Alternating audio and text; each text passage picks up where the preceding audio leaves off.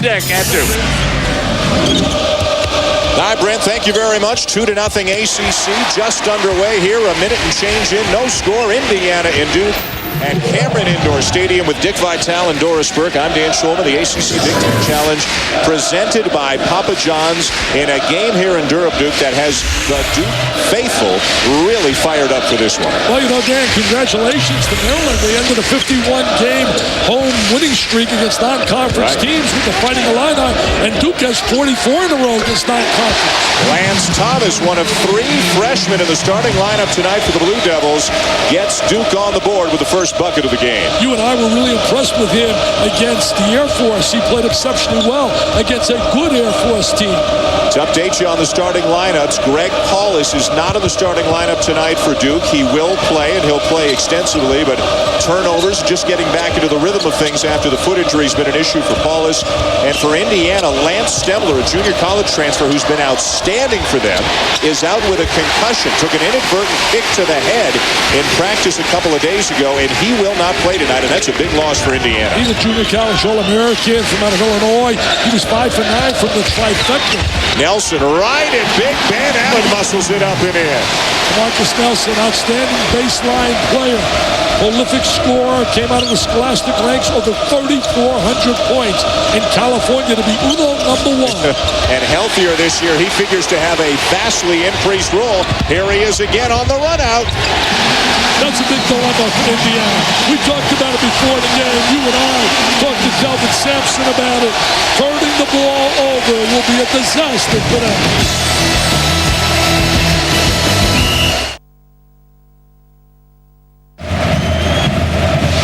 Dan, do you hear? I'm going on the Brilliance of Brazilian football, the flash of Italian football, the tactics of Major League Soccer, the excitement of Euro 2008 qualifiers, the prestige of the UEFA Champions League, the national passion of international friendlies, and more. A world of football on ESPN. Well, a terrific start for the Blue Devils here tonight. 5-1 on the season. Indiana comes in at 3-1. Duke's lost to Marquette. Indiana's lost to Butler. Indiana with their first true road game of the season. Josh McRoberts and company coming off an impressive win over Davidson on the heels of their loss to Marquette. As we mentioned, 3 freshmen, Henderson, Shire, Thomas in the starting lineup for Duke. Kelvin Sampson, his first year as head coach of Indiana, and his starting lineup is still a work in progress. Bassett with the ball right now, a freshman, and Callaway, both of his best ball handlers in the lineup tonight. They've really got to improve their ball handling, their decision making, and as you said, cut down on the turnovers. Got to cut down on turnovers, so they got to get DJ White involved. A.J. Ratliff gets involved as Indiana finally scores. Well, Ratliff, a good wing player. They also have a good guy who'll be coming off the bench, and Wilmot will provide some offensive firepower. A real spark for them. Greg Paulus getting ready to come in for the first time. That's a kick ball. Had a chance to visit with Kelvin Sampson and shoot around it again before the game today. And some of the things he had written up on the board: play with poise, have some fun, but his biggest concern is the turnovers and also Duke's offensive rebounding capabilities. You saw Paulus is into the game right now. Shire goes strong to the hoop. The rebound brought down by Allen. Well, coaches say have some fun, but it's pretty tough to have fun when you get blown out. And you turn it over. There's another turnover, baby. These aren't Apple turnovers either. Already the 3rd turnover committed by the Hoosiers. Dukes, they've had a problem with turnovers as well. That's one of the reasons why Paulus didn't start last game or tonight. Here's McRoberts, and he is a gifted ball handler for a man his size. Allen is forced to foul him. Could utilize either hand. Go left, go right. He can handle it either way. Look at Coach K and the amazing record he's achieved here at Duke. A win tonight, and he moves into the top 10 among all Division I coaches in the history of the sport. And he's got a few more years. Yes, he does. He's going to have a few more players, too. Thomas has it knocked away. Boy, the turnovers have plagued both teams. 3 aside already. Ratliff open on the wing, a little bit strong on the 3. And that's what he really does well, shooting the 3. Had a really down year last year. Played well his diaper dandy year. Paulus averaging almost 4 turnovers per game, but he'll also pick up the assist as Nelson buries the tray. Led the ACC in assists last year. They want him to reduce those turnovers because they feel when he turns it over on the perimeter, it's a layup the other way. We saw it against Marquette. And when he's in there, Shire is open for more shots. McRoberts can get down to the post a little bit more, and everything is in sync. Bassett has worked his way into the starting lineup for the Hoosiers. Trying to run a little screen and roll for DJ White. And White is fouled. It'll be Paulus with the foul as we step aside. 4:42 into the game. Duke with an early 7-point lead. Paulus the find to Nelson. And the junior is hot early here at Cameron. Tonight's game is being broadcast on ESPN HD, presented by Olivia. 9-2 Duke early over Indiana. This is the ACC Big Ten Challenge presented by Papa John's. Let's go to Doris Burke now for some thoughts on Greg Paulus. Doris?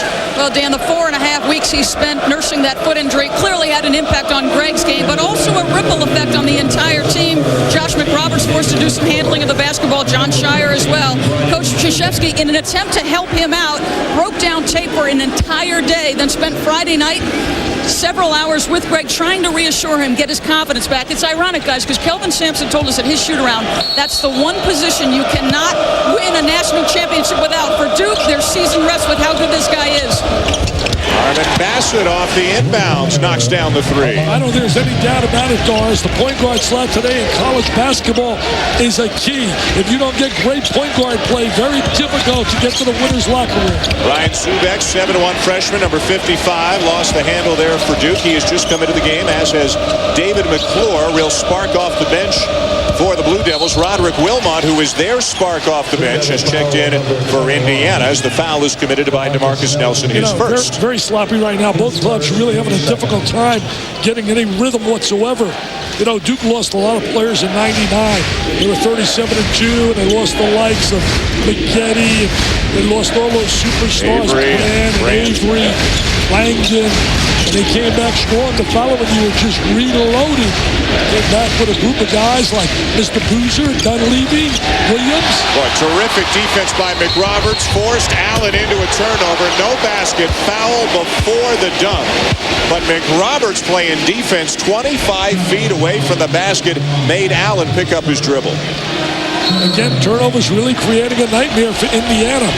But you know, the following year, after '99, when they lost to Connecticut in the title game, 2000, they went 29-5. Lost in the Sweet 16 to the Gators of Florida.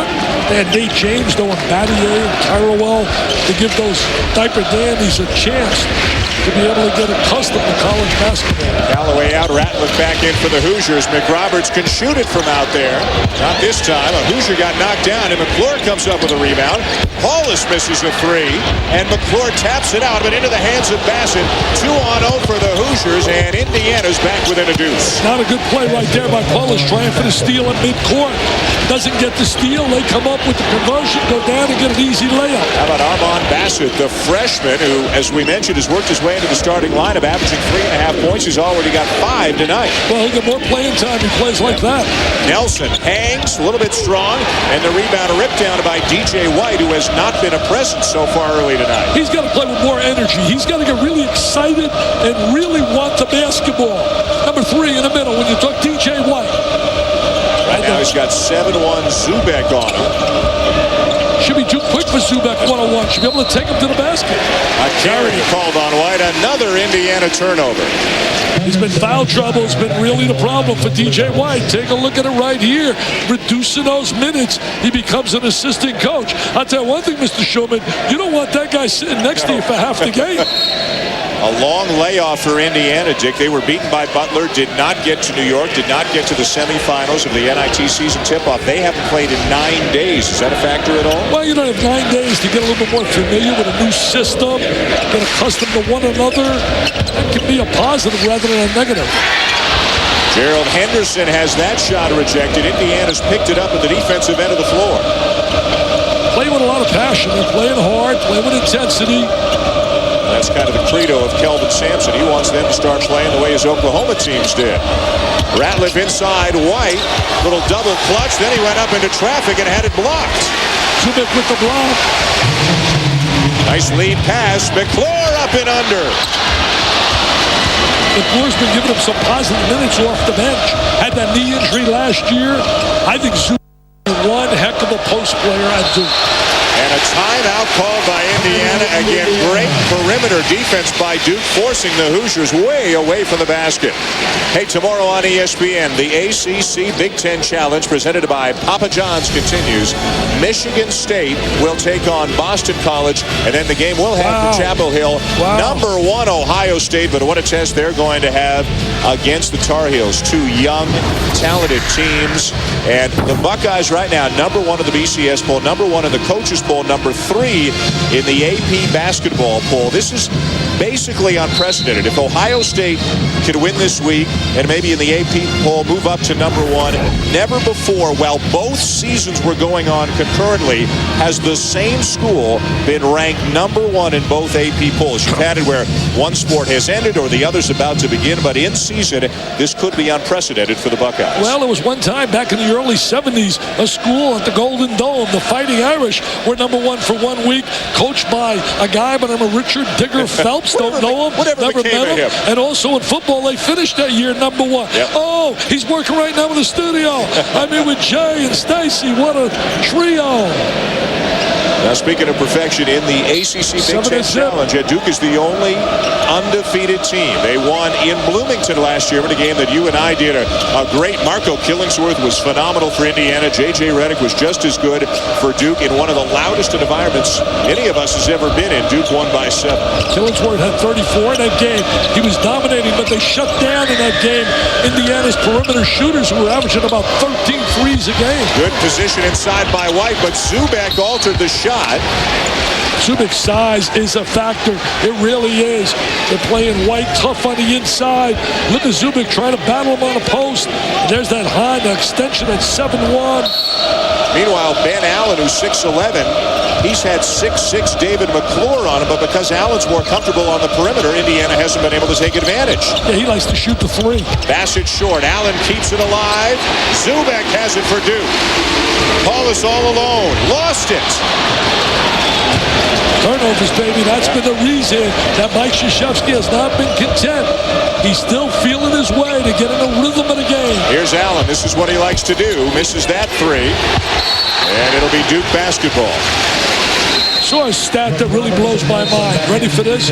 Duke, 10 consecutive years, has either won the ACC tournament or the regular season. That is consistency.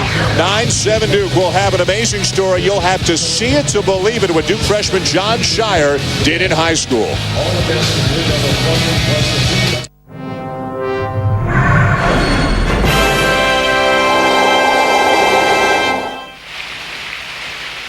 This is what the land offers the inhabitants of the island of Bali.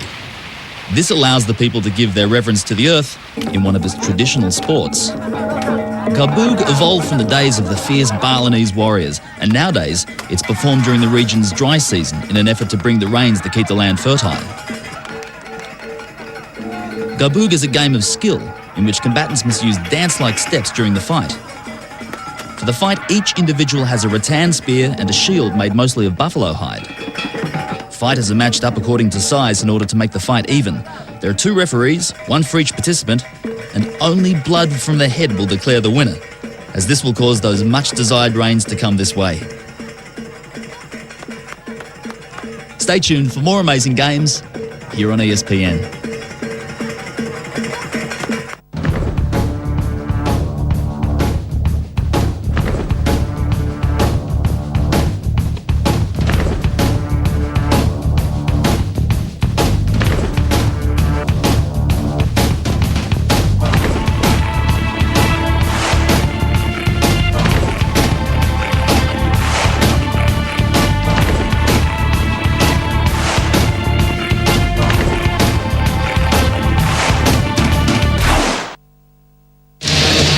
Lori and Jim Shire, the parents of Duke freshman John Shire. Dad told me last week they're living the dream. Imagine how they felt on this night in high school when John put on one of the greatest scoring sprees in high school basketball history. His team was down 13. Glenbrook North was trailing by 13 to Proviso West. Couple of free throws, a three-pointer, and he's fouled and makes the free throw. Steals the inbounds pass, he scores and makes the free throw. And it just keeps going and going. A three for Shire, another three for Shire, one of two free throws, another three before finally fouling out. 21-point stick in a minute and 15 seconds. And Coach K was sitting there. He witnessed the entire scene. Think about this. This young man was Mr. Illinois. His high school coach, David Weber, brother of Bruce Weber. Yet because of the strength of Duke, he says yes to Duke. And a mom and dad, look at him, he's on a cell. They're telling him he's on a cell. Somebody called him up, said you're on TV. Yeah, you're on TV. You know what what John Shire said a few days ago, the last few years in the ACC Big Ten Challenge. He's from Illinois. He's been rooting for the Big Ten. But he says for the next 4 years at least, I'm going to be an ACC fan when it comes to the challenge. He's already wearing those Duke outfits. Nelson elevates and scores. He'll head to the line as well. 9 of the 11 points for Duke scored by DeMarcus Nelson. If he stays healthy, he's going to have a big year, Dan. His dilemma has been all kinds of injuries throughout his career. Nice little fake out of the triple threat position. The medium range jump shot. Well, you talked about how people have to step up with Reddick gone and Williams gone, Dockery, Melchione. Nelson might be the most likely candidate because of his health and because of the role he now has as a junior and a tri-captain on this team. If Duke is going to be a top 10 basketball team by the end of the year and legitimate in the top 10 in America, the three veterans have to really give them consistent play. Paulus, McRoberts, and Nelson. And then you blend in those diaper dandies who are very, very good. That three-point play snapped a scoreless drought of better than 4 minutes. Indiana with just 7 points in better than 8.5 minutes. Mike White, a junior college player, into traffic. It'll stay with Indiana. White is getting minutes because Allen had to start because Stemler, the junior college All-American, is out after the concussion. So Indiana is not very deep at all in the front court tonight. Can't put the ball. Callaway back in for Ratliff. Can't put the ball on the floor down in that 3-second area. Duke's going to rotate down, get all kinds of deflections. Duke's been playing some outstanding defense early this season, allowing only 52.5 points per game. The only team to go over 60 against him was the only team to beat him, Marquette. Callaway has it swatted away. Marquette did a great job defensively, forcing a turnover and converting off the turnover. Tom Crean's basketball team had a tough game last night. As we watched the block shot right here against Valparaiso, came back and pulled it out. Nothing easy on the road, no matter who you are and who you're playing this season. Well, Valpo played him tough, but James was sensational. He was counted for all the last 18 points. Shot clock a factor. Wilmont's layup rolls out. Allen tries to follow. Indiana gets it back. Good hustle right there by the Hoosiers. Backing it out. Callaway's a key for Indiana. He's got speed and quickness, has to play under control. Here's Wilmont and a swat by McClure. I like McClure. I thought he showed some tenacity against Marquette when he came off the bench. From out of Connecticut. A guy who still may not be quite 100% healthy after the knee surgery, may never be 100% healthy, but what a spark he gives him off the bench. Indiana doing a pretty good job defensively. A lot of deflections, creating problems, not allowing Duke to get into their motion. Paulus on the bench right now. Nelson open in the corner. A collision there as White just took it away from McClure. Now a held ball situation as we go to a Sports Center 30 at 30. Here's Scott Reese. All right, Dan, Oklahoma running back Adrian Peterson and his broken collarbone will not play Saturday in the Big 12 championship game against Nebraska. Peterson is expected to return for the Sooners bowl game. And the Red Sox have made a formal offer to Japanese pitching sensation Daisuke Matsuzaka. The Sox have until December 14th to sign the MVP of the World Baseball Classic. Details on Sports Center after basketball at 11 Eastern. Guys. Well, how about $51 million? Wow, Dick, $51 million. Just for the right to talk to the guy. Incredible. Red Sox, their cash registers must be going ding-a-ling-ding. Joey Shaw into the game and out for the Hoosiers, number 32, a wingman for them. There's that pressure defense. Play the ball tough, deny, give a lot of help to one another. Boy, Bassett might have been the best player on the floor tonight so far for Indiana. The Hoosiers only have 7. Bassett's got 5 of them. He tried to make a miraculous play right there. I mean, that was a miraculous play, so try to match that in the game of horse.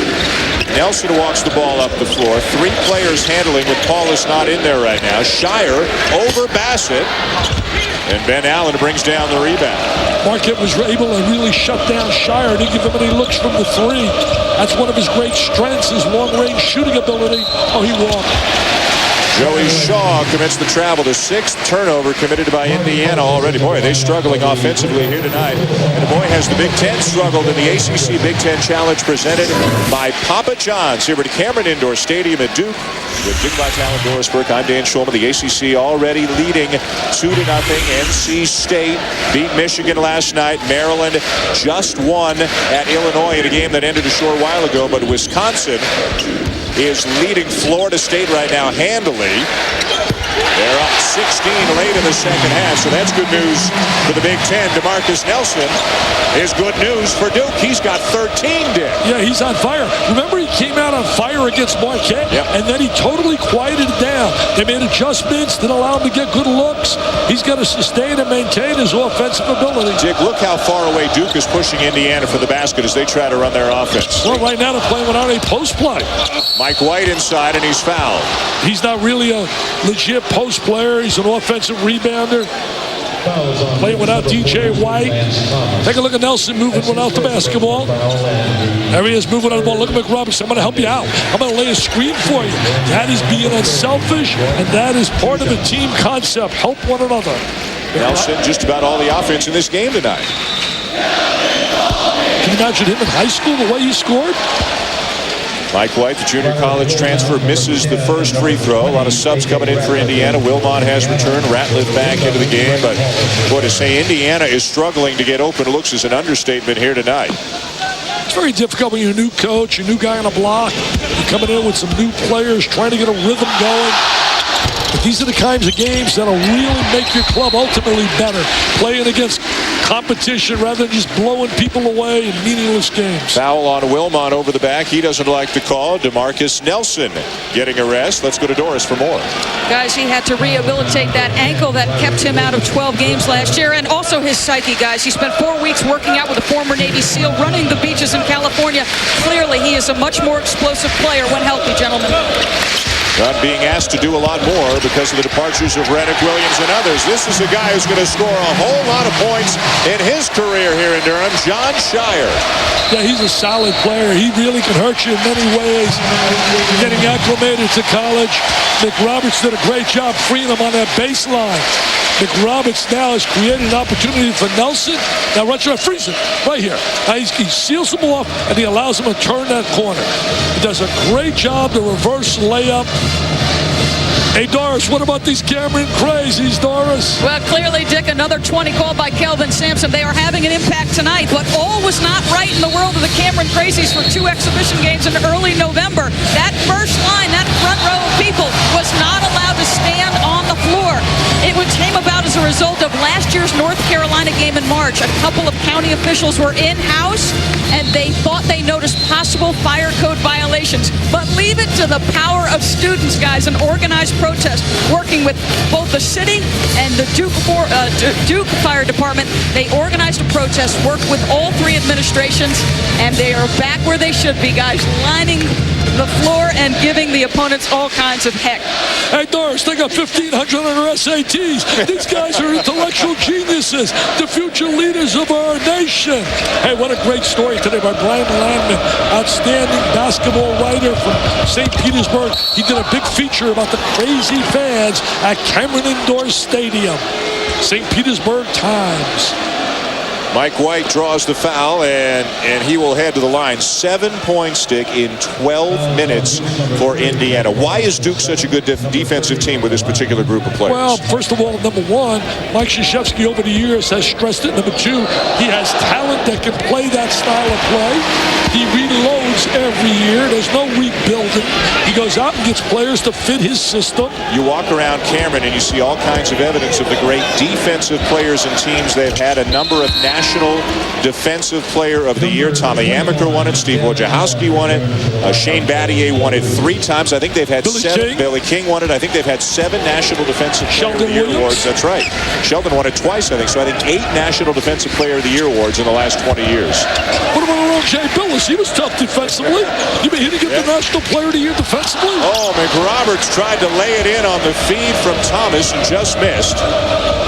It has been eons since Indiana had a field goal. Just one free throw by White the last time down the floor. Get it to White. Get it inside. White got McRoberts on the air and lays it in. Get the big guy involved. He's too talented. His diaper dandy year, he dominated in the Big Ten. His first points of the night, and it's 17-10. This is the first time ever, Dick, that Indiana has played here at Cameron. Martinez Totsus off the bench. Strong on the 3. And the rebound to Ben Allen. And a costly turnover there when Indiana had a chance to run. Dick, it's been all DeMarcus Nelson so far here tonight for Duke. He has been absolutely great. He's got 13. He's been on fire. He's been putting points on the board, baby. Scott Reese with a SportsCenter in-game update. The ACC looking to go up 3-1 on the Big Ten. Penn State, Georgia Tech, Lewis Clinch, 2 of his 20 points to lead all scorers. And then Mario West with one of the Yellow Jackets' 13 steals on the night. He will finish what he started, but it's a good game over on ESPNU. 4-point cushion right now for the Jackets. Dan? Well, Scott, Dick, I think you got to look at that as a bit of a surprising result. Penn State playing Georgia Tech so tough. They are playing really tough, especially it's down at Georgia Tech. But remember, Georgia Tech's got a young basketball team. 2 of the real key players, Crittenden and Thaddeus Young, diaper dandies. The kids go up and down as players, especially this early in the season. Dick, as Duke comes out of the break, Greg Paulus remains on the bench. He's not getting a ton of minutes here in the first half. I think Mike Krzyzewski's really sending a message that he's not happy at all with his play on the perimeter. I know we've heard all about the number of weeks he's missed, but the bottom line is they're expecting him to be their leader and their catalyst on that perimeter, and they want to see him excel. And as Doris mentioned and we discussed earlier, there's a real ripple effect when your point guard's on the bench. We saw that time when a guy like Shire's got to do a lot more ball handling than he normally does. Well, this is going to be a valuable contributor to this team. Trust me, he's got a winner's mentality. It's a final up in Madison. Wisconsin has defeated Florida State 81-66. So in the ACC Big Ten Challenge presented by Papa John's, the Big Ten is on the board but trailing 2-1. 7 previous years, and the ACC has won the challenge every single time. I've said it so many times. Bo Ryan is one of the most underrated coaches in the nation. His peers certainly know what he's capable of doing. Taylor and certainly Tucker are outstanding. I can't wait for January when we go up there for that matchup with Ohio State. We got a great one in mid-December against Pittsburgh as well, as Allen wraps up Shire, and Shire will go to the line. Mentioned Ohio State. We'll see the Buckeyes tomorrow against North Carolina, coming in #1 in the nation. I don't know. I get a feeling that's a little bit similar, as I remember one year we had Kentucky playing Florida, had just been named #1, and all was Kentucky waiting. Do you think maybe North Carolina's a little excited about the #1 team in the nation coming to town? And Ohio State will go on the road for the first time, and they'll play by far the toughest team they've played. And at this point of the season, some teams have played a very tough schedule, some teams haven't. We're still in a learning process. Exactly, but I'll tell you this as well. The one thing Thad Matta has going for him is very simple. Santa Claus will come early. Christmas will come early. New Year's will be a celebration because he gets a 7-1 who probably could be as good as any post player in the nation. I think he's the coming of Patrick Ewing. Greg Oden will be his presence alone in that 3-second area is going to be worth 20 points just by his presence, because teams are going to have talking about defensive. Yeah, teams are going to have to shoot over the top against Ohio State or beat them in transition, and they're not going to do that because they're a quick team. 19-10 after the free throws by Shire, who's a very good shooter from the field, from the line, you name it. Indiana 10 points in almost 14 minutes of action. They have not shot the ball well at all, just 24%. Both teams have been plagued with turnover trouble so far in this game. Runner a little bit short. You got to finish that when you get in the lane. Duke shooting poorly as well, Dan. And then Ratliff compounds the problem by committing the foul. Indiana, Dick, is now 1 for its last 12 from the floor. That's not going to get it done on a road, my friend. That's shooting like some people I know. Do you shoot 1 for 12? I stopped shooting because I did shoot 1 for 12. Well, I know one thing. You're at Cloud 9. Great dad. Has his beautiful son here, Matthew. What about the dinner we had with the baseball player? You got stuck. Yeah, Dick's a big baseball fan. Chris Burke of the Houston Astros is here, and he loves basketball. He loves basketball, wow. And he might be able to out-talk you. I've never seen anything like it. You were stymied. I was stymied. I really was stunned. I sat there. I said, "This guy's ready for TV." Tell our people the name Chris Burke will be a natural in television. Henderson at the line. Dad played 13 years in the NBA. Henderson had a variety of injuries during the preseason. So like Paulus, you know, for the viewing public, hey, they're in the lineup, what's wrong? But they missed a lot of practice, and they're still finding their legs. Henderson, very athletic, maybe the best athlete of all the new kids they have.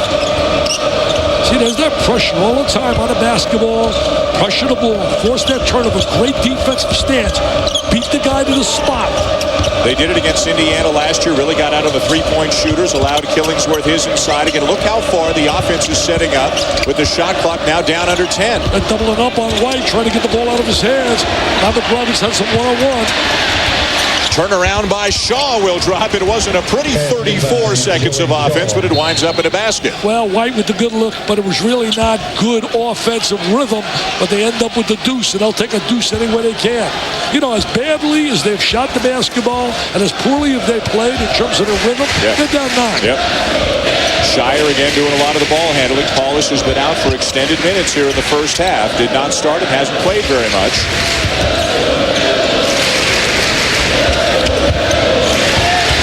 McRoberts, when Paulus isn't in there, McRoberts is the best ball handler that Duke has. He's maybe the best everything that Duke has. What a great catch and finish. Yeah, he made a terrific catch. Great hands to make that play. Tried to assert himself offensively against Marquette when they were really struggling, and he could come up with the deuce. He was right around the basket.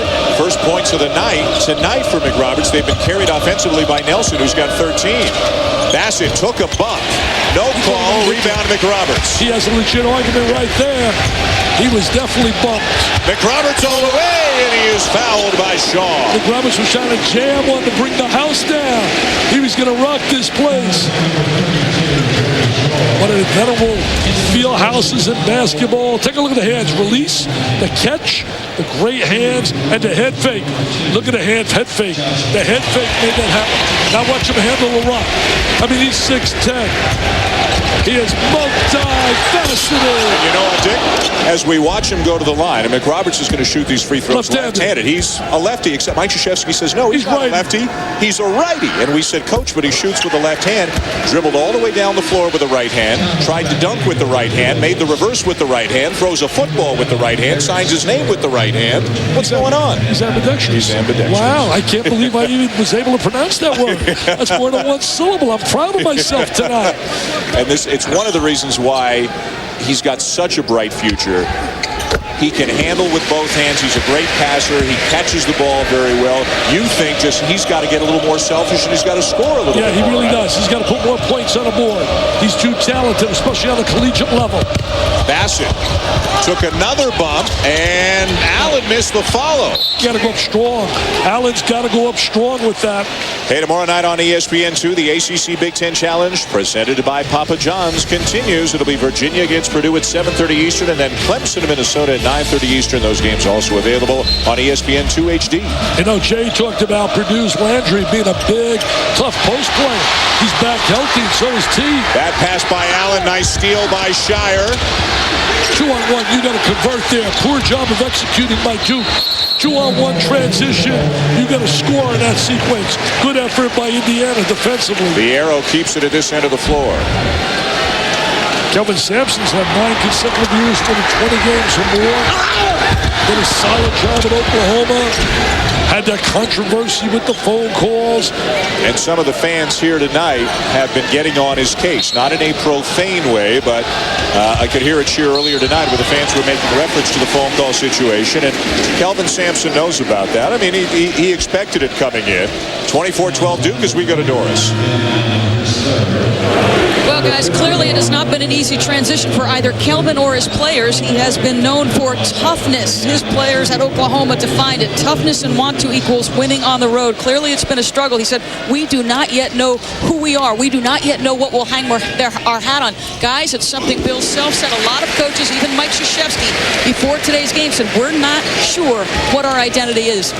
Just a couple of days ago, Doris, Kelvin Sampson said, I love these players that Mike Davis recruited. He said, they're just maybe a little bit too nice. Kelvin Sampson wants some meaner guys, some tougher guys, and he's trying to instill that in the players that he's got right now. And they're getting after it. You can't fault the effort here tonight. Shaw glides to the basket. Nicely done, and a foul to boot. That was a terrific play right there. Offensively, sliding and gliding to the glass, going 45-degree angle, going toward the box so he can use the glass backboard. All you got to do is go toward that little box down there, and you can use the glass backboard, lay it up on the glass, and you got yourself a deuce, just like the Wizard of West would used to teach down at UCLA, who I voted for #1. Did you? I voted for UCLA in the AP poll #1. They were impressive out of it. Well, talked to Jim O'Connell tonight, who I have great respect for. He saw them out of Maui, and I agree with him. Physically very aggressive on a defensive side. Offensively, they'll get better and better. Dick, that was the second foul on Nelson. He stays in the game. It will stay with Duke after the kickball. We're under 4 to go in a hectic and a ragged first half in Cameron with Duke up by 10. I'm Reese Davis. Coming up on the UPS Halftime Report, we'll show you how Maryland made their champagne wishes and terrapin dreams come true against Illinois. We'll also check in on the Badgers. No trouble at all in the ACC Big Ten Challenge, getting the Big Ten on the board. And the Gators going to be a little bit short-handed for a while. We'll tell you why in a bit. Georgia Tech having all kinds of trouble on ESPNU with Penn State. Inside 3 minutes to go. Jackets up by only 8, guys. All right, Reese, thank you. Boy, that Maryland Terrapin team is playing some good basketball. Oh, Gary yeah, Williams really has them scrapping. I'll tell you, that's a big-time win. Anytime you go on a road, he's got 2 wins now over Big Ten teams. Beat Michigan State as well. Still no Paulus as we get back to the action. Under 4 to go, 25-15 Duke. The story's been DeMarcus Nelson, who has 13 points, but he's got 2 fouls, and he's on the bench right now. 2-3 zone, good ball reversal. The one extra pass created the open. David McClure for 3, the assist to John Shire. It was all initiated by getting into the top 2, by dissecting the top 2, reversing the ball, and swinging it to the baseline. And forgive me, my bad. Paulus is back in the game as we come out of the under 4. Turnaround by White, not there. Loose ball rebound comes down to Paulus. I think if Indiana's going to have a chance, White's got to assert himself. He really has to play with more enthusiasm. He's got to really want the basketball. Kelvin Sampson certainly a guy with a lot of intensity. We're going to take a look at the ball reversal right here. Watch this right here. Freeze it. Freeze it. See how they swing it now? Now this guy's hung up. 2 against 1. 2 guys against 1. He is hung up. Has no shot. It's wide open. I could go down there and shoot that jet. Can I drive the camera crazy's nuts tonight? You did, as always.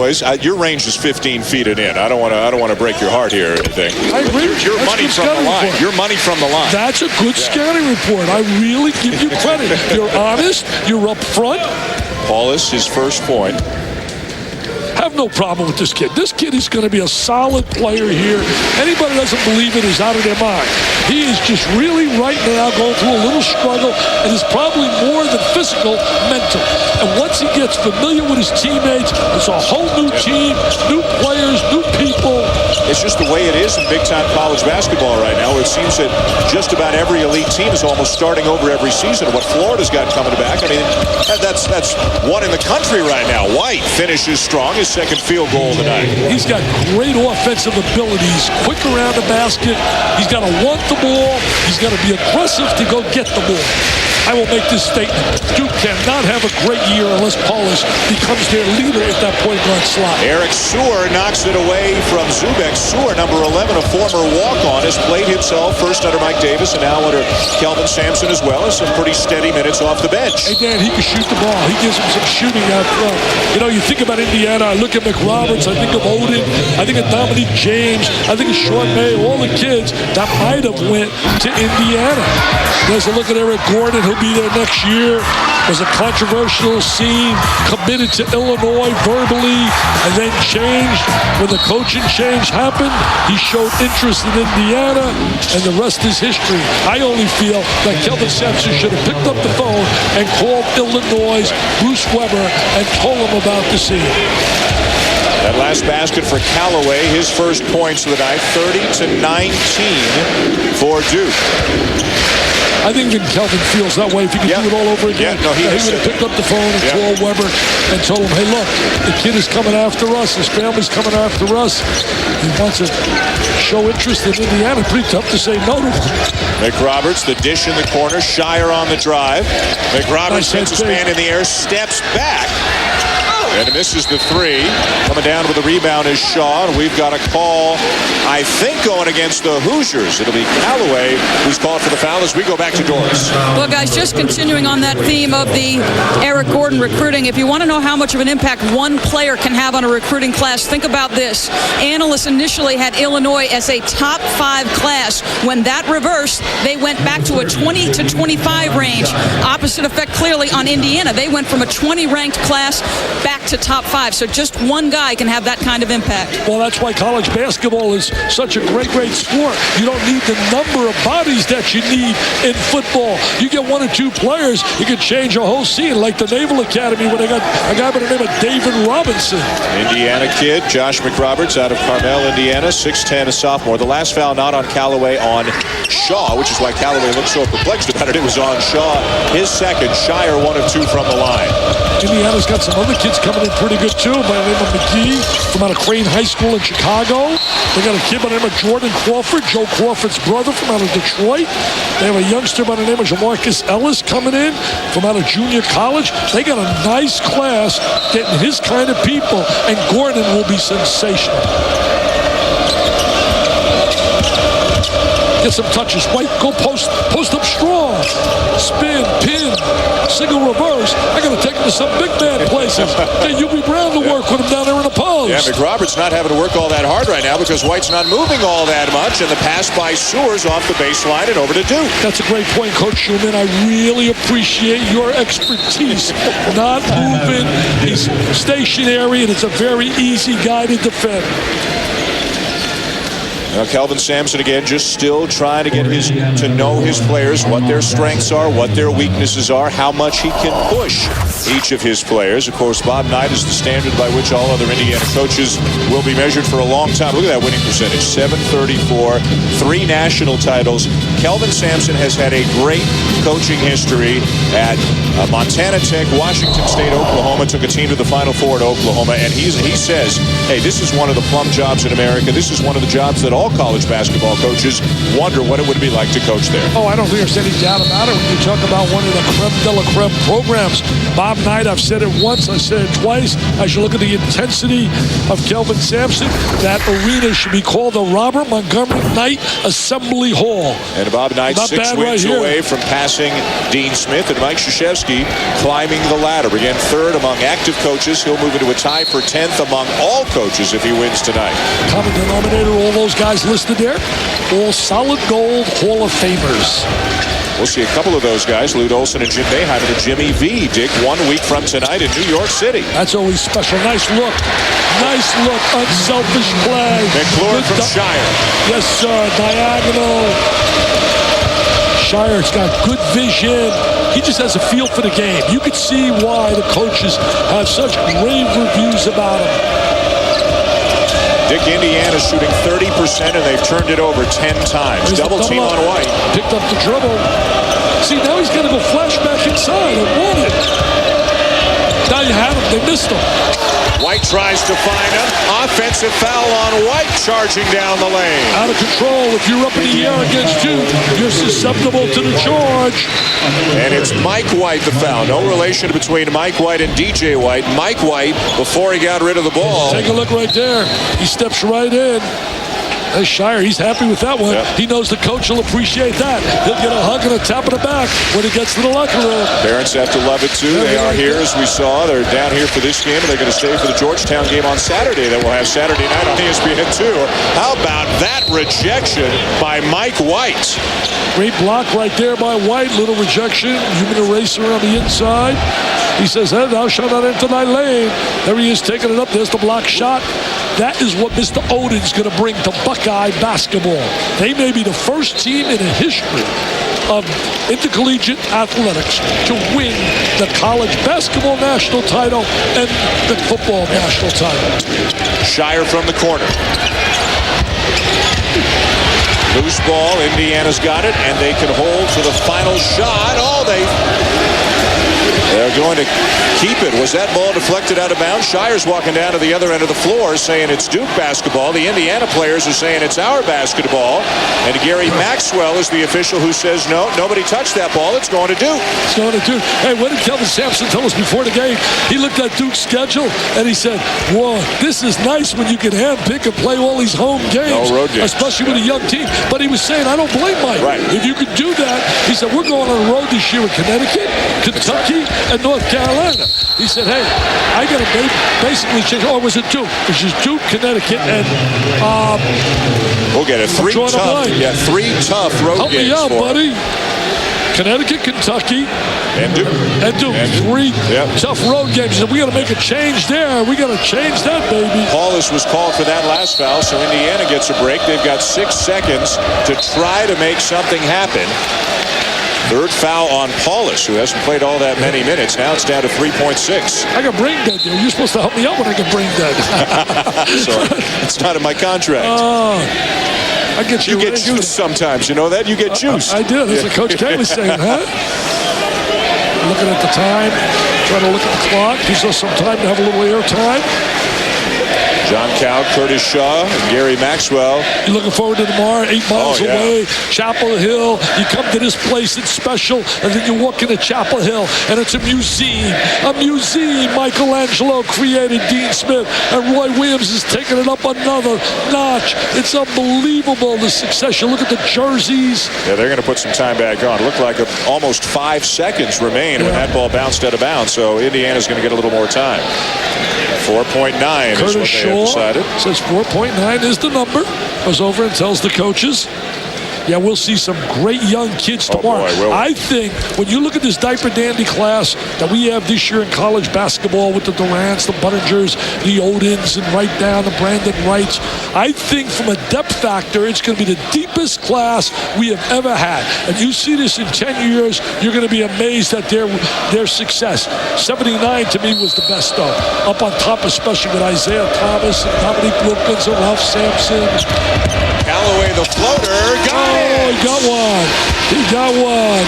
Got a little momentum. Got it down to 12. A desperately needed bucket for Indiana in an otherwise anemic first half offensively. DeMarcus Nelson, 13 early points, then got in a little bit of foul trouble. Duke holding Indiana to 21 points in the first half, but they really needed this from Callaway at the buzzer.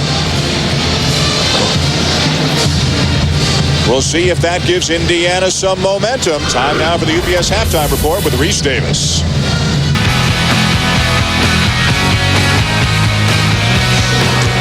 That is the ACC Big Ten Challenge presented by Papa John's. Welcome back to Cameron Indoor Stadium as we go to the second half. Indiana, a miserable first half offensively.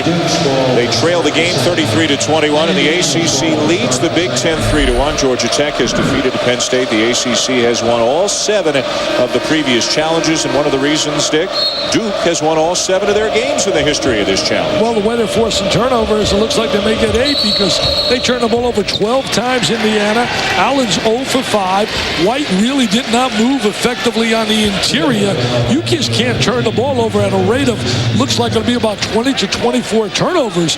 DJ White is too talented, but he's got to be hungry for the basketball.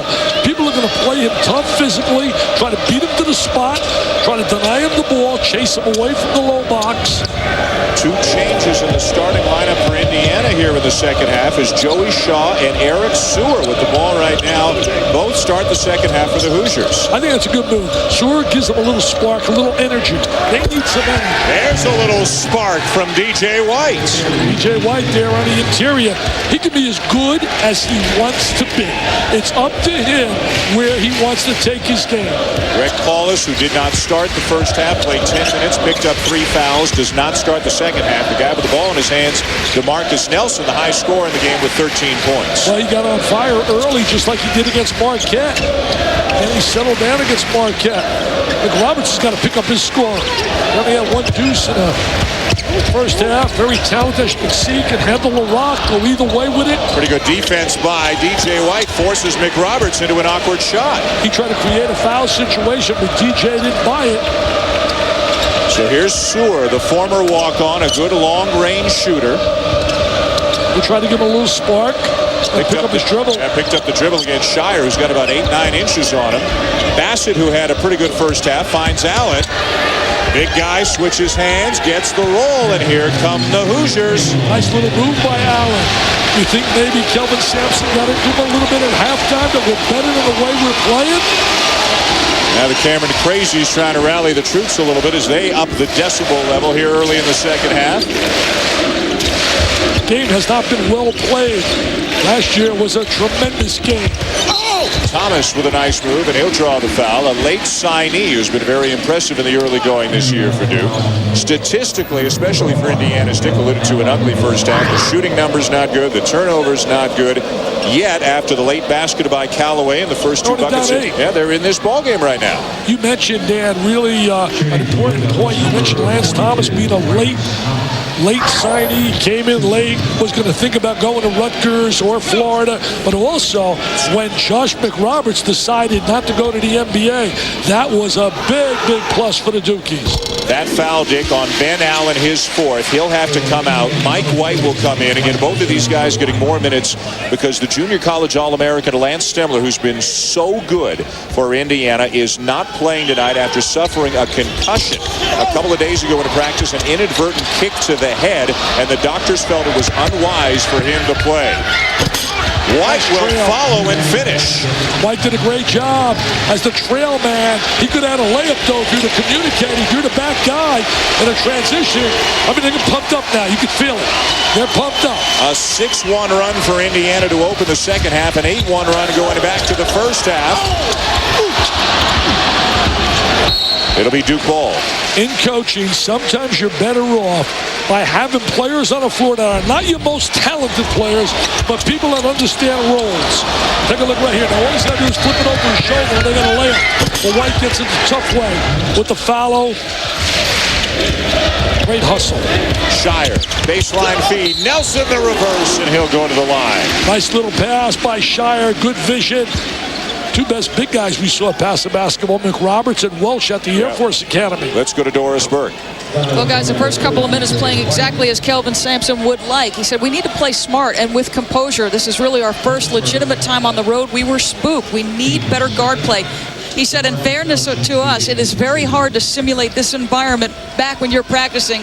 But he said, our defense was great. We held them to 38% shooting. We out-rebounded by 1. I said, guys, hey, we're down, but we haven't played that poorly on the defensive end. Let's get ourselves together on offense. Thus far, so good, guys. Doris, it's so important. You made a great point there about shot selection, understanding what a good shot is, playing intelligent basketball. That's the difference between the really good basketball team and the average team. The one that understands what a good shot is. You know, it's got to be fun for Kelvin Sampson to come and coach here. We mentioned this is the first time he's coached here, but he's from Laurinburg, North Carolina, about 90 miles away. And as a kid, as part of athletic groups or church groups, he would come to Durham, and he was in this gym many times as a kid, and told us this morning the first time he was ever able to jump high enough to touch a basketball rim, it was right here at Cameron. Bassett knocks down the 3, and Indiana back within 5. Big 3 by Bassett. The Hoosiers on fire. He jumped up and touched the rim. I don't believe he ever could touch a rim. Are you kidding me? There's no way. No way he could get up and touch a rim. Oh, he must have stood on a big chair. Look at the emotion right now on the faces of the Hoosiers, now reflecting the intensity of their coaches. The freshman Armin Basadik knocks down the tray. Nice pass, though. There's the trifecta, nothing but nylon. The Hoosiers are back. Scott Reese with a SportsCenter in-game update. More ACC Big Ten Challenge over on ESPN2. It's Miami and Northwestern, and the Cats getting 14 points from Craig Moore in the first half. They lead it by 3 over the Canes. Okay.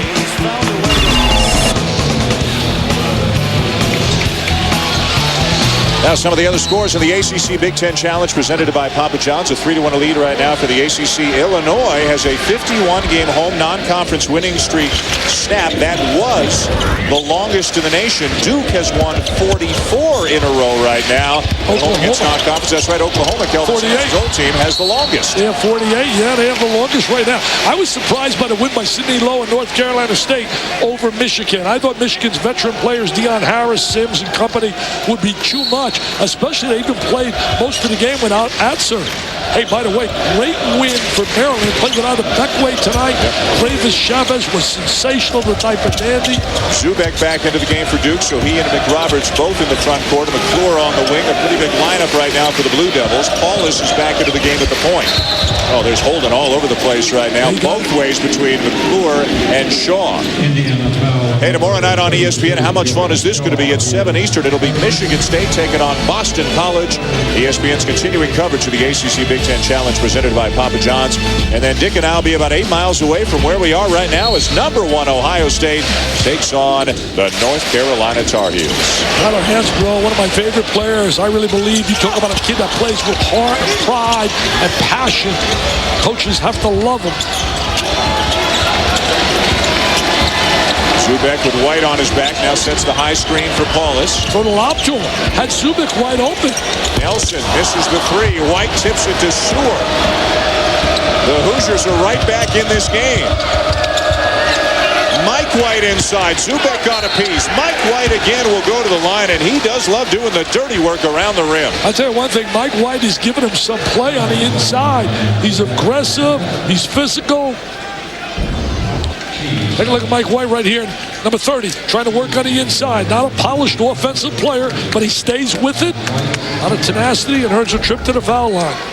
Zubek commits the foul, the 7-1 freshman out of Haddonfield, New Jersey. Hey, some teams have a radar. We're going to see Oklahoma State next week in the Jimmy V Classic.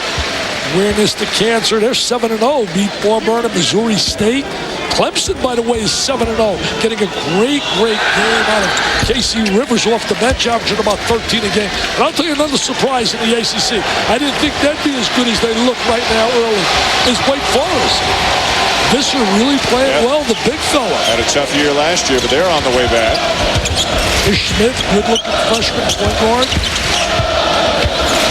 McRoberts just one field goal nice tonight. Pass. Zubek turns, has it blocked by DJ White. DJ White was a freshman shot blocker leader at Indiana. Broke the record for a freshman. Mike White, Eric Seward, Joey Shaw, all giving the Hoosiers quality minutes. Shaw keeps the dribble alive. You know, Dan, we talk so often about the kids that got away from Indiana, but without Mike Davis's presence from down south, there's no DJ White. How about Eric Seward? Without Mike Davis giving him a scholarship, who knows as he gets the Hoosiers back within 2. Well, I told you earlier, good decision bringing him on the floor because he brings energy. You want players with energy. He's even touching the floor, dude. He said, I'm not afraid, I'm not intimidated. In the second half, Dick, Indiana's outscored Duke 12-2. I don't understand it. They had Zubik twice wide open on the baseline, 7-1. Just throw him the lob. Throw him the lob. Bassett comes over and commits the foul. But, Dick, how about some inspired play by the Hoosiers? Look at them playing on the defensive side. Indiana, they're playing like Hoosiers. Look at the block shot. And then right now, look at the little guy. He's going down the lane. The little floater. We got a game. They're only down 2.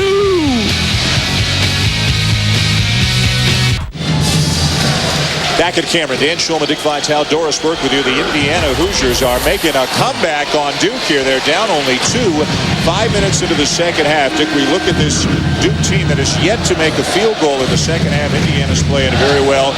For Duke, again, new roles, new leaders, a new team with all these freshmen. Who has to take charge right now? Well, I think, number one, when you look at Duke's basketball team, they need the inside-outside presence of Paulus and McRoberts. The veteran players have to make plays. One of the freshmen, Shire, misses a jumper. They're 0 for 8 now in this half. There's Bassett, who I think has played with a lot of confidence and poise this entire night. I think this little guy, number 11, Zura, has been a real lift for them. Getting the ball to people at the right time, playing hard. 5'9", 155 pounds, as a freshman walk-on. Played a total of 6 minutes.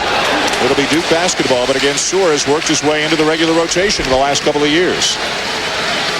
And he's got a nice stroke. You watch him shoot the basketball in practice, he can really knock it down. Indiana's program is going to elevate itself next season. I don't think there's any doubt about it. They're going to have some good moments this year. They'll shock some people, and then they're going to lose to people you wouldn't anticipate them to lose to. I think they're going to be up and down because of the nature of the whole personnel and the talent level they have. Yeah, lost Killingsworth, lost Robert Vaden, who followed Mike Davis to UAB, sitting out as a transfer. DJ White decided to stay, and Kelvin Sampson said that was the biggest win they had all summer. Yeah, really had no choice, though. He sat out all of last year. If he transfers, he's got to sit another year out. UAB is a perfect fit for Mike Davis. Time now for a SportsCenter 30 at 30. Here's Scott Reese. All right, Dan, Eagles quarterback Donovan McNabb had surgery to repair his torn ACL today. The team says McNabb has a good chance to be ready for opening day 2007. And from the hard court, the Clippers have reportedly agreed on a 4-year contract extension with Mike Dunleavy worth more than $21 million. Dunleavy led the Clips to their first playoff series win in 30 years. Details on SportsCenter after basketball and right now on ESPN News. Dan? Mama, make your little guys grow up to be basketball coaches. $21 million. Shire short on the 3.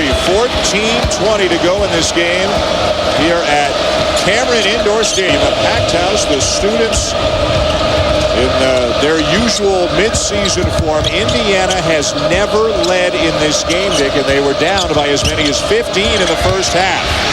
Sewer's got it again. And finally, a held ball is the call. Kelvin Sampson says, man, they were over the back on my guy. The ball will stay with the Hoosiers. Kelvin, there he is right now. Watch the little guy trying to go down the lane. Look at him dive for the loose ball. There he is hustling. Duke jumping on top of it. They wanted a foul on Shire.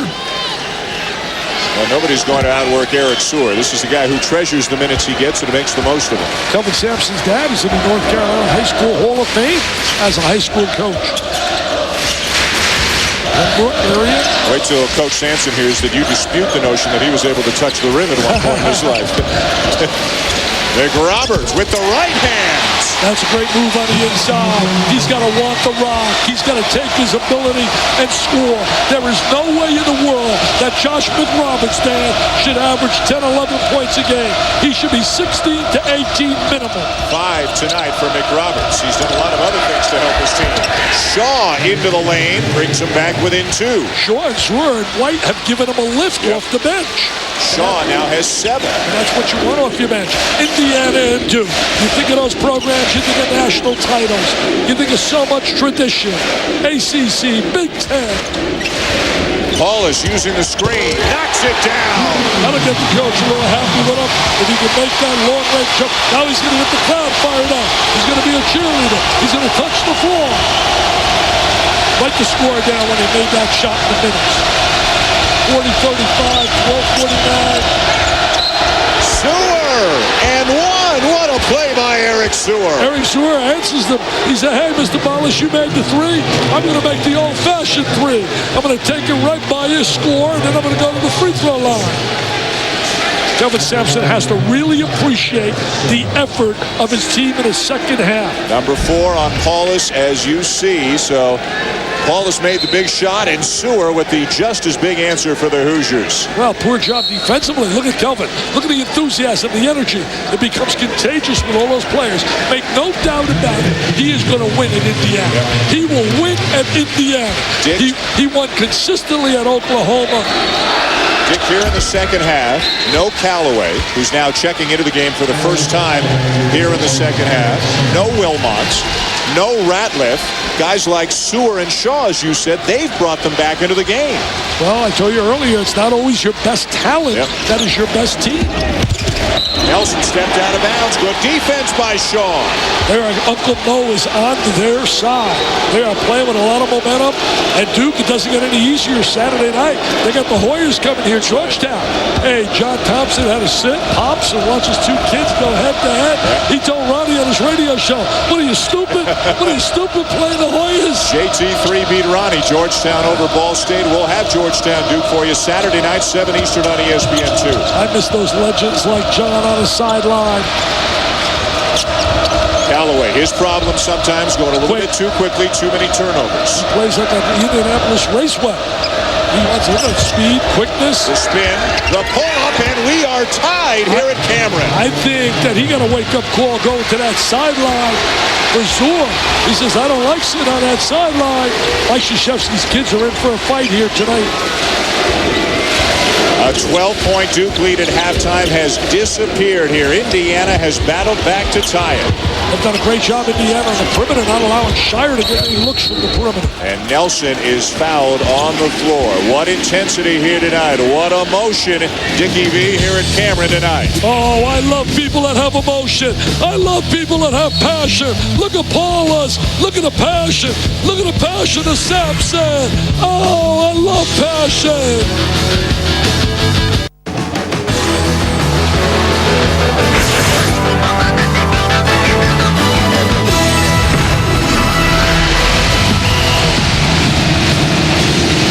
What was once a 15-point lead for Duke has disappeared as we check out our game track, brought to you by PlayStation 2. A great second half for Indiana, led by bench players, led by guys who did not start the game and have played very well. One of those guys, though, Joey Shaw, just picked up his fourth foul, so that's a loss for the Hoosiers. They've still got Eric Sewer in the game. They've just brought Roderick Wilmot into the game to take over for Shaw. Kelvin Sampson, you talked about what he must have said to his players at halftime. Whatever he said, boy, have they responded and played with intensity here in the second half. I think the next 3 minutes really a danger time for Indiana. They're going to have to go on a spurt. I think they're going to get Duke's best shot right now in the next 3 to 4 minute sequence. 11 and a half minutes to go here in the second half, all tied up at 40. The ACC leading the challenge right now, 3-1. Henderson, an offensive foul. They tried to run a double screen to get Shire free to come off the double screen, but Indiana did a great job playing it. Got to run your man into that screen. You know, the Big Ten had 6 teams in the NCAA last year.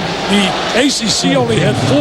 My feeling is that the ACC has been getting a raw deal. There is no way in the world that if you go 500 like Maryland did and Florida State, that under the system that exists today, that they should not have had at least 6. 3 players on the bench right now with 4 fouls. Allen and Shaw for Indiana. Paulus for Duke. Sewer's got to watch it. Picking up that dribble. That's a no-no.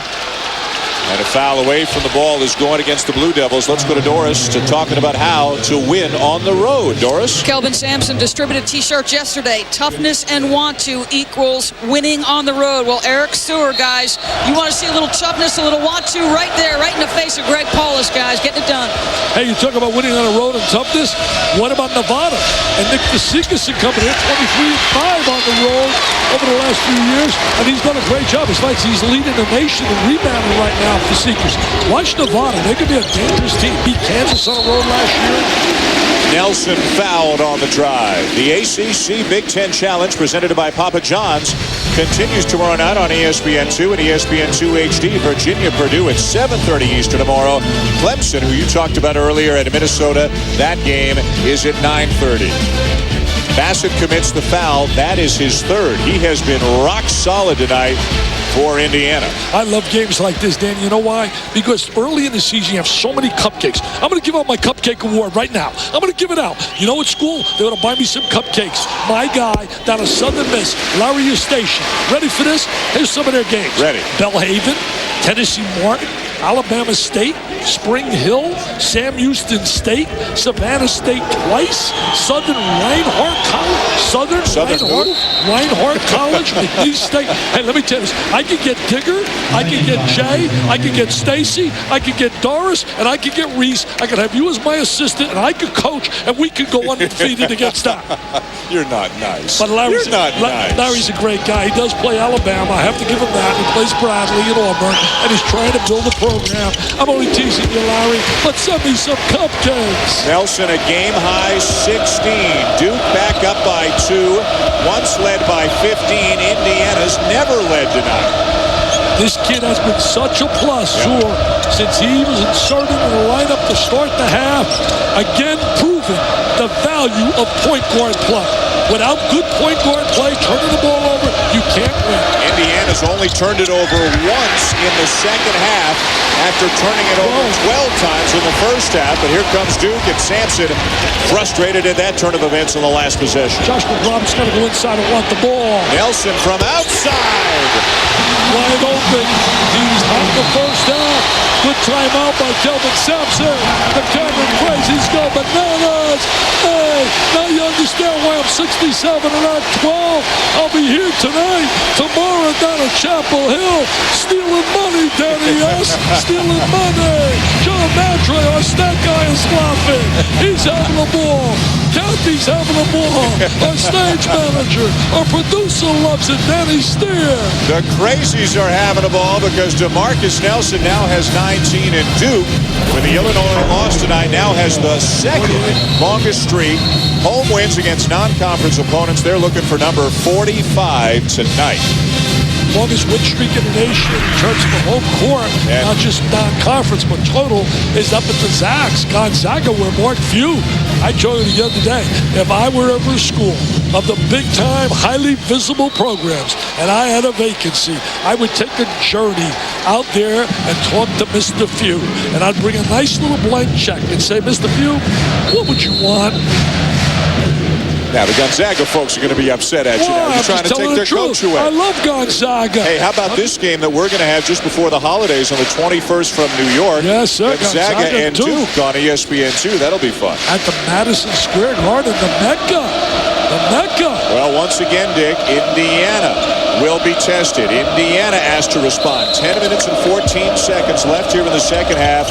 Duke on a 5-0 run up 45-40. What this would mean for Indiana if they could come out of here with a victory. What a moment that would be for a team that's still finding itself right now. Well, it'll be a great Christmas present for Kelvin Sampson. Psychologically, with a big lift. It's a way a new guy on the block gets his identity.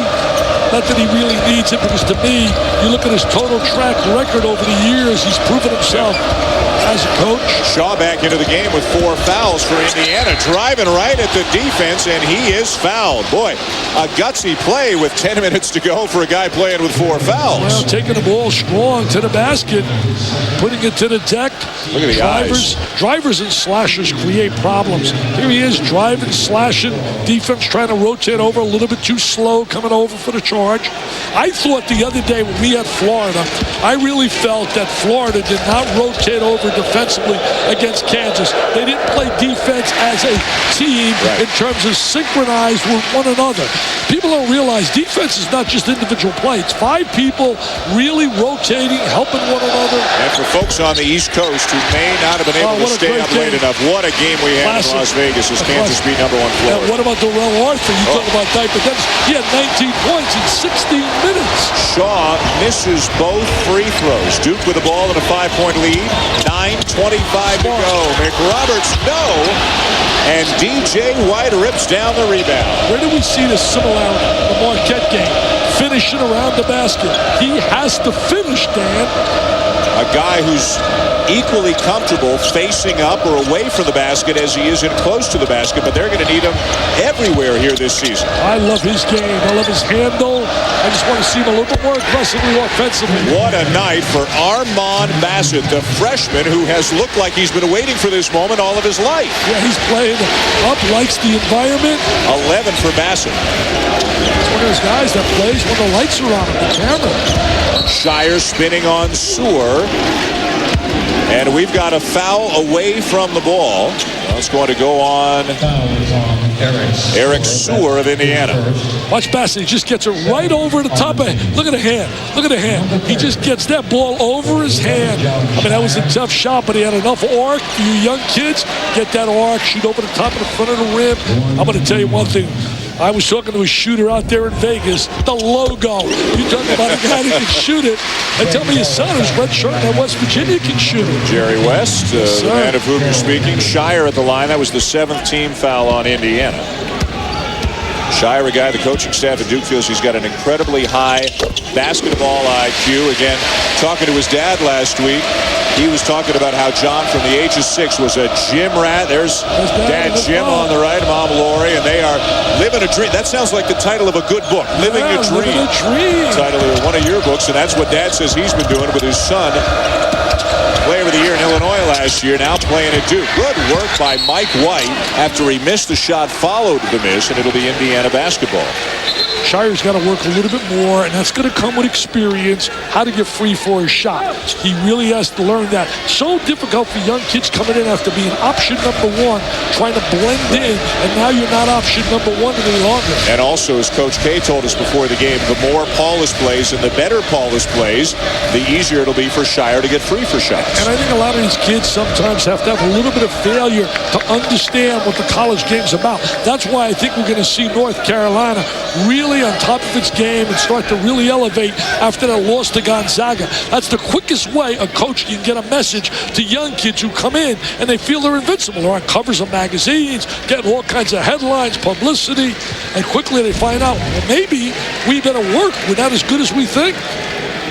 The officials have gone over to look for something. The first shot by White clearly hit the rim, and whatever they were looking for, they have solved the mystery. It's going to be Indiana basketball with 34 seconds on the shot clock. See, it's so difficult because we're so high up. We don't get that feel that we'll get like tomorrow in Chapel Hill. I would love one time in my life to do a game from courtside at Duke. This side or where the crazies are? Any side. All right, you go over there, I'll be over here. Let me know how it goes. I mean, I've earned that after 28 years, you think? You don't ask much. Mike and I have had a great friendship. I mean, he could do that once for us. Boy, DJ White looking for his shot, a tough baseline jumper, but he still has got very few back to the basket post move looks here in this game. Nice little rebound right there by DeMarcus Nelson. Plays a lot bigger than his size. We go under 8 here in Durham. Duke leading Indiana by 4. He's where you need good court presence. A kid like Paulus has been through this last year, but had a little bit more help with guys like Williams and Reddick. Foul going against the Hoosiers will take us to the media timeout. Duke hanging on to a 4-point lead. Timeout. The ACC Big Ten Challenge is presented by Papa John's. Order pizza online 24 hours a day at papajohns.com. And in part by Nissan, who invites you to shift the way you move through the world. And PlayStation 2. Live in your world, play in ours. Tonight's game is being broadcast on ESPN HD, presented by Olivia. So a high-def look at the Camden Crazies. It's been a fun night. At times a little bit ragged, but boy, you have to love the intensity on the floor tonight. Well, a lot of intensity, a lot of emotion. I think the one thing that I'm starting to see in the Big Ten, we're going to have a little separation with Ohio State and Wisconsin, and then the middle of the pack. And that's where I think Indiana could fall, right in the middle of that pack.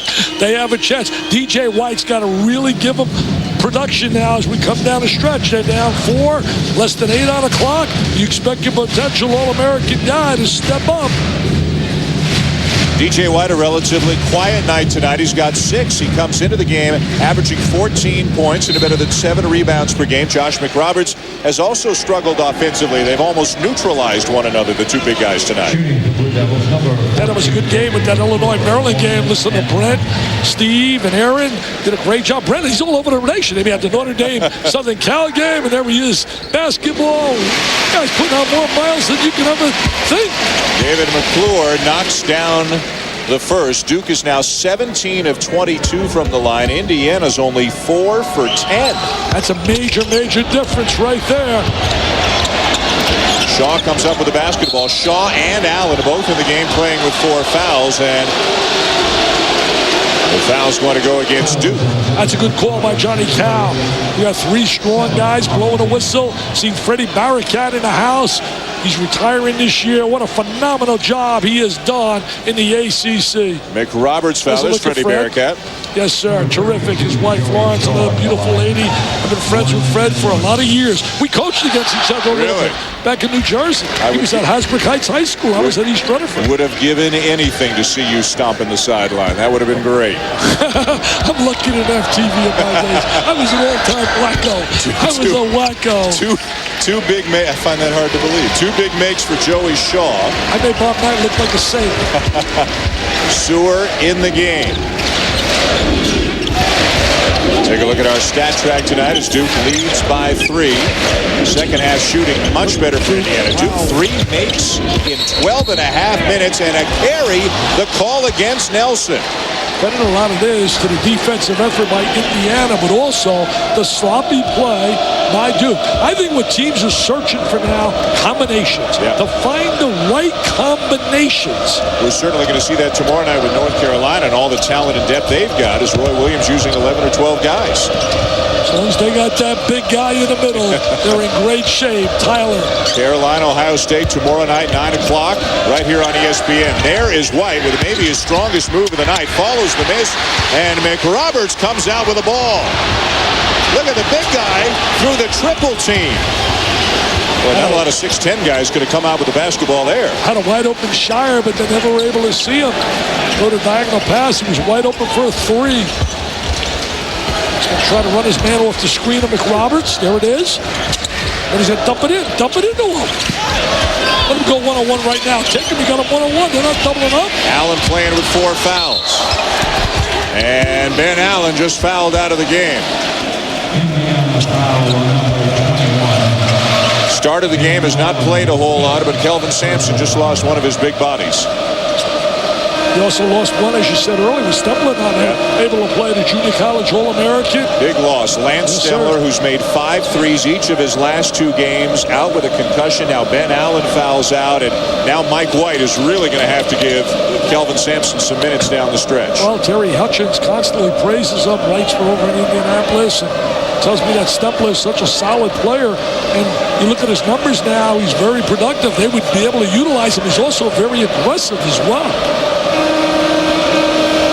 Here comes Allen finally as the Cameron crowd says farewell to him. And Mike White, who's played well off the bench tonight, comes back in.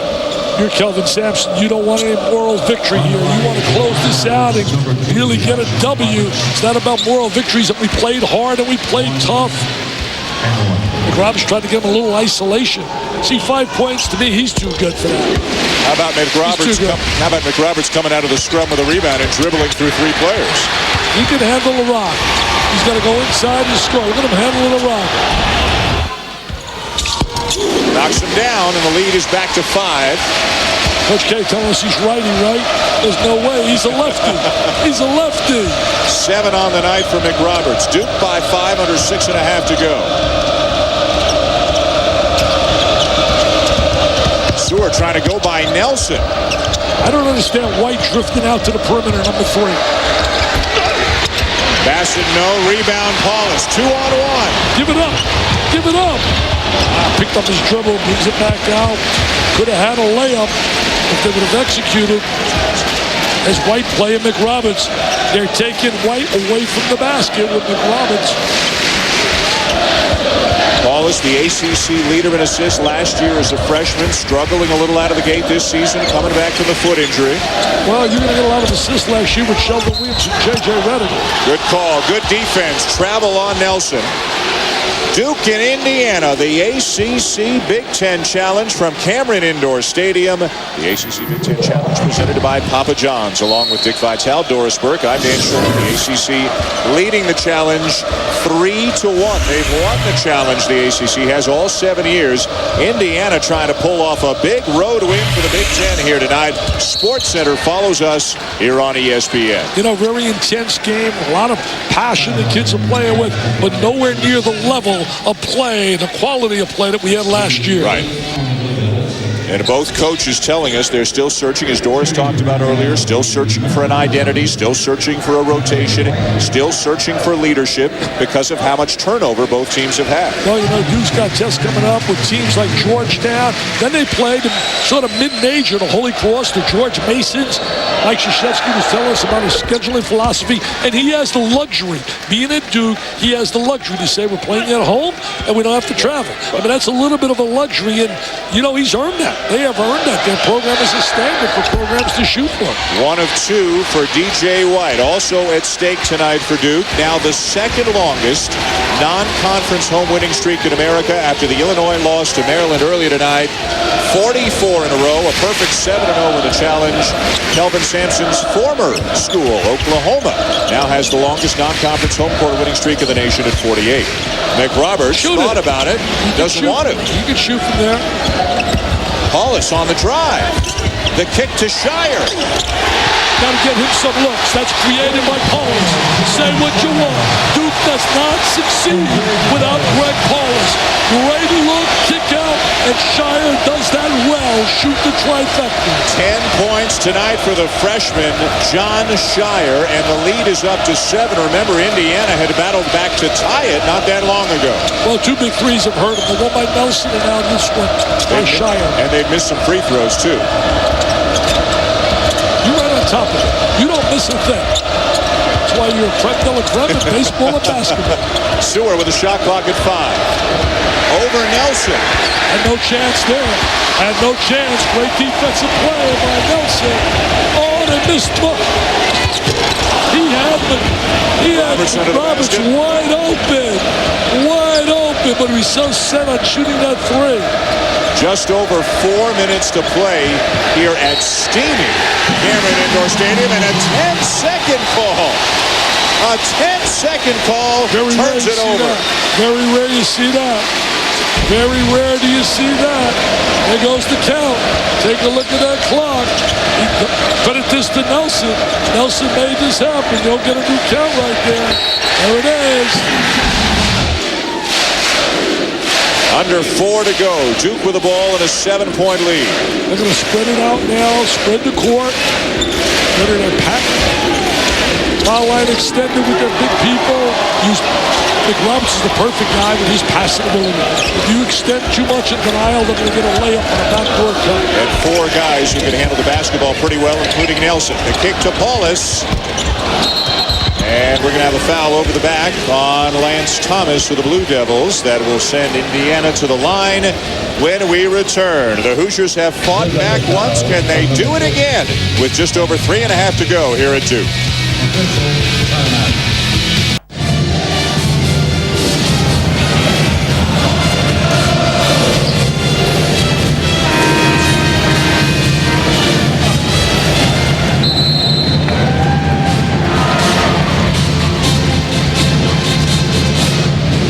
Now the ACC up 3-1. The Big Ten needs a win or 2. Can they pull off one here on the road with Indiana down to 7 to Duke? 3.5 to go. Here's the schedule for tomorrow. 5 more games on 3 of our networks. Dick and I will be 8 miles up the road at Chapel Hill. Number 1, Ohio State taking on North Carolina. The ACC Big Ten Challenge presented by Papa John's. We're going to see 2 of the better high school kids from last year who are now on a collegiate level point guards, Lawson and Michael Conley.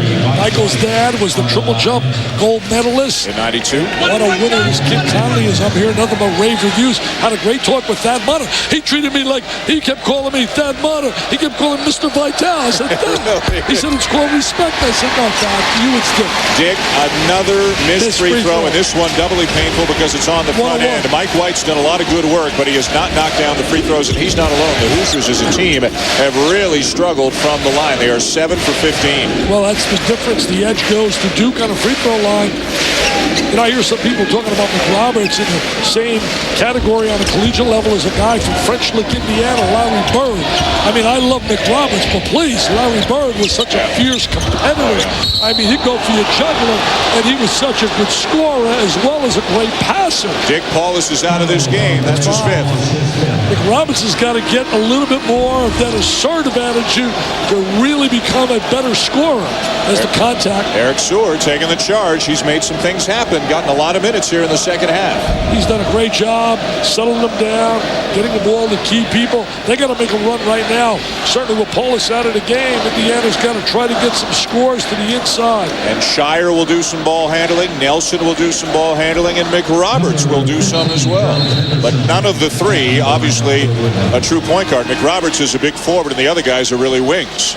And look at Shire, the freshman, being the vocal guy in the huddle right now. I would trap a little bit. I would really come after them and pressure. You're down 7. You're on the road.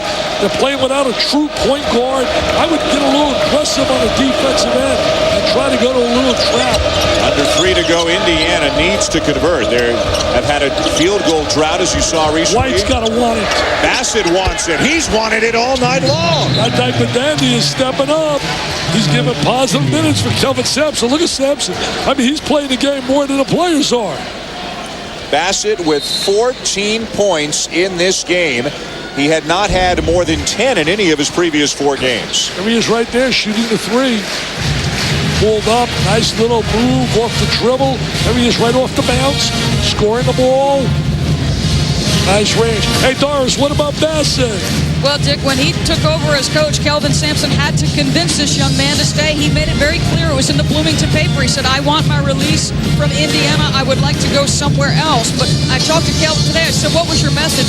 He said simply this, give us a chance. I sat with the young man. I sat with the parent. He said, our best recruiting job for this year and next is the players we were able to keep in this program. Bassett, one of those guys. What a night he's having. 14 points in his first 4 games, 14 points tonight. Coming up after us tonight here on ESPN Sports Center, will it be a big season for the Blue Devils? Eli Manning against Tony Romo, and our NFL quarterbacks overprotected. Indiana, Dick, just used its last timeout. You know, you talk about football. I think North Carolina, Dick Bedore should certainly be really commended for hiring Butch Davis. You watch that football program at North Carolina start to escalate. He'll build off that basketball success and embrace it and use it for recruiting. Duke had a 12-point lead at the break, led by as many as 15 in the first half. Indiana roared back to tie it at 40. They're down 4 right now. You watch the little guy, number 11, sure, he grabbed all the guys together. He grabbed them together and said, come on, guys, let's go, let's play. You can see, you can feel it. You can feel that this kid wants it. He's earned his minutes. He's a senior, and he's gotten big minutes here tonight, and he's been a big reason why they've come back without big contributions from the likes of White or Ratliff or Wilmot or Callaway. It's the bench brigade that has done it tonight for Indiana. Yeah, it's been Bassett, it's been George, it's been White. Nelson gets it back, under 20 on the shot clock. They're without a real, true point guard right now. They're searching for that identity, and they're all wondering who's going to have the rock. They're playing without their leader, their catalyst, their point guard, and it makes it difficult. I would pressure them. I would really try to pressure them. A 4-point lead for Duke. They have 2 timeouts remaining, 2:26 to go in the game, 16 on the shot clock. The ACC Big Ten Challenge, presented by Papa John's, started last night with the NC State win over Michigan. The ACC has won all 7 challenges.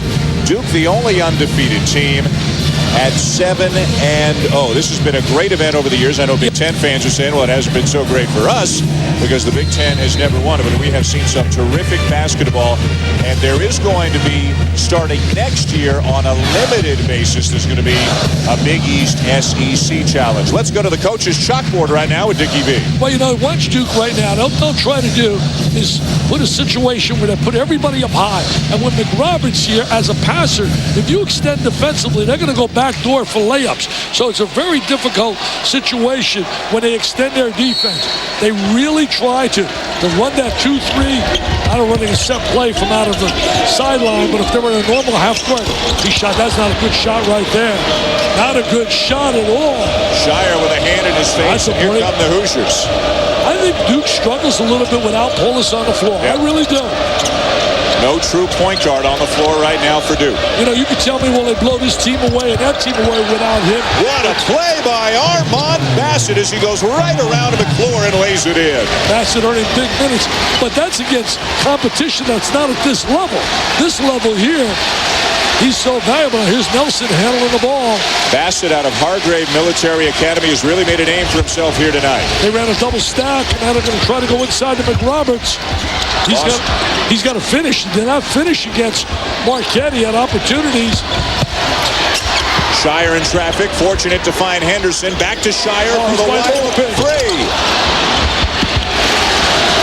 Patience right now, and if you're Indiana in this possession, you want to be able to go inside.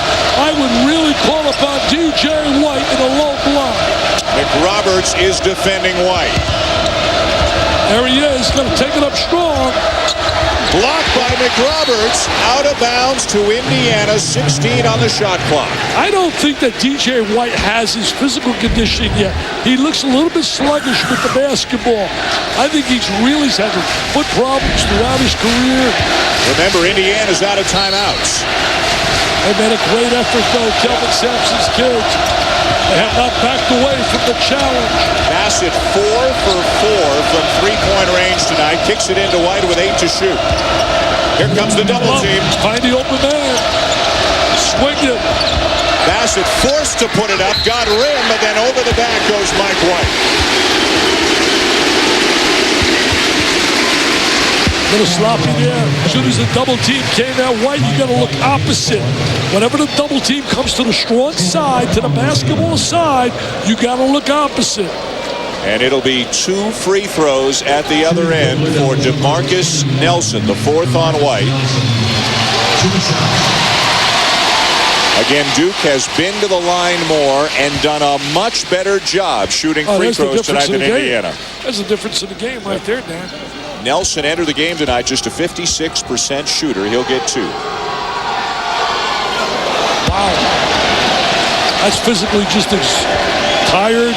No legs in that shot. You got to get your legs. Also, close for the towel. Could have slipped the perspiration. Again, it's been a very warm day here. Close to 70 degrees. No air conditioning in this building. It is steamy here tonight. Oh, it's steamy up where you and I are. That's right.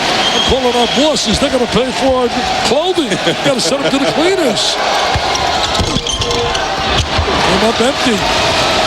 Sports Center next here on ESPN. What a finish we've got it to. 7-0 Duke in Big Ten ACC competition. 44 in a row against non-conference teams. Will it go to 45 or will Indiana end it? Mike White off to DJ White. Should have shot that. Yeah, and Mike White, too unselfish. He had a layup there. He had a layup. Indiana ball, 16 to shoot. Jerry Green on that sideline. Ray McCallum. Assistant coaches at Indiana came from Oklahoma. Seward to inbound for the Hoosiers, and it's turned over. McClure stepped in. Duke calls timeout.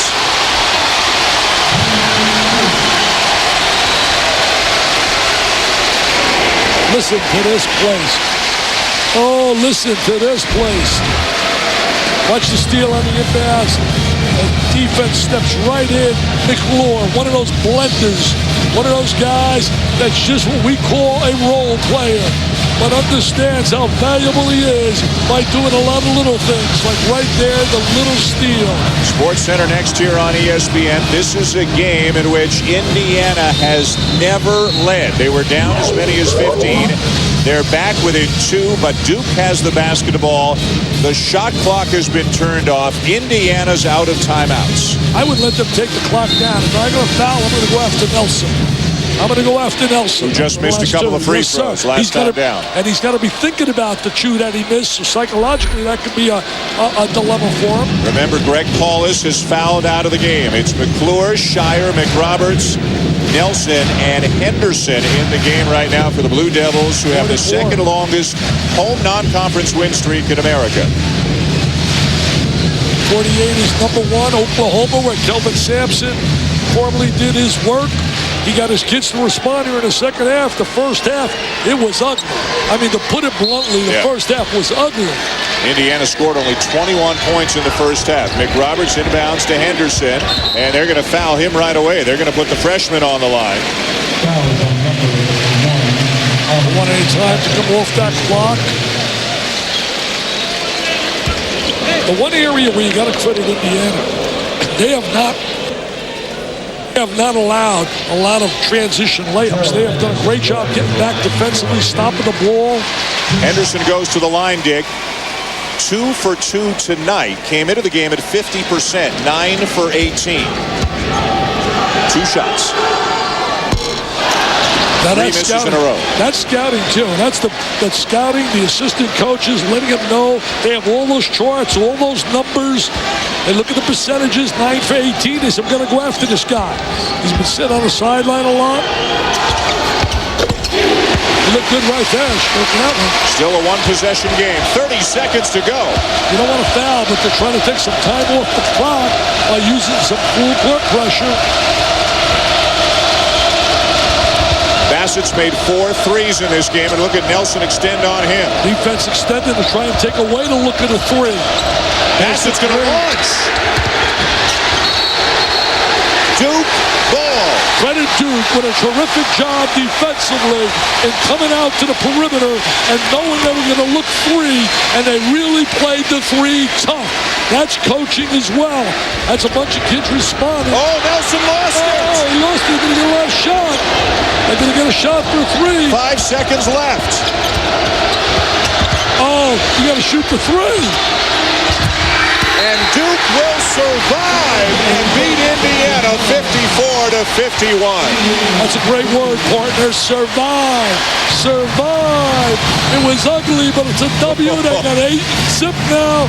ACC Big Ten, and they're 45th in a row in non-conference competition. Boy, after the turnover, Indiana had a chance as Nelson bobbled the pass, and the Hoosiers did not get a look. Looked like, I think it was Bassett in the corner who had a look, started to drive, and then stepped back. So take a look right here. Look at the defense extended, trying to get over the screen. Defense coming out on the perimeter. He had to start to drive, and then he realized he needed a 3. It was too late. Zure was an impossible look. The defense was right up in his face. Well, you made a great point. Kelvin Sampson does not want moral victories. He wants actual victories. But without Stemler on the road in a hostile environment, his team really fought back. But it's Duke, a very young team that found just enough answers to win this game and go to 6-1 on the season. I think had this game ever gone to overtime, the edge would have been to Indiana without Greg Paulus. Mike Krzyzewski with some kind words, no doubt, for Eric Sewer, who played brilliantly in the second half. Josh McRoberts, a native of the state of Indiana. And the Duke Blue Devils hang on to beat Indiana by 3. Sports Center is next here on ESPN. We'll have a post-game extra on ESPN News. Miami Northwestern currently airing over on ESPN2. The ACC now leading the challenge 4-1. This has been a presentation of ESPN, the worldwide leader in sports. For Dick Vitale, Doris Burke, and our entire ESPN crew, I'm Dan Schulman. Thanks for watching. Good night from Duke.